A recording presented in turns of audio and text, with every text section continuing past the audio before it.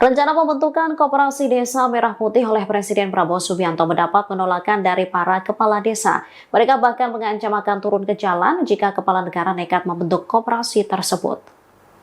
Hal itu diutarakan oleh Kepala Desa di Purworejo, Dwinanto pada Kamis 6 Maret 2025. Diketahui kebijakan Presiden ini akan diterapkan di 70.000 hingga 80.000 desa di seluruh Indonesia.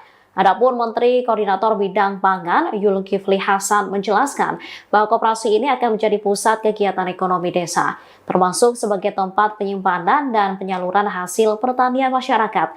Namun Kepala Desa di Kabupaten Purworejo menyatakan penolakan terhadap kebijakan pemerintah pusat itu. Mereka menilai kebijakan itu bersifat pemaksaan dan berpotensi mengganggu program desa lainnya. Dwinanto mengungkapkan bahwa saat ini para kepala desa sedang melobi agar kebijakan itu dibatalkan. Jika Presiden Prabowo tetap memaksakan kebijakan, Kades Indonesia tidak menutup kemungkinan akan melakukan aksi turun ke jalan.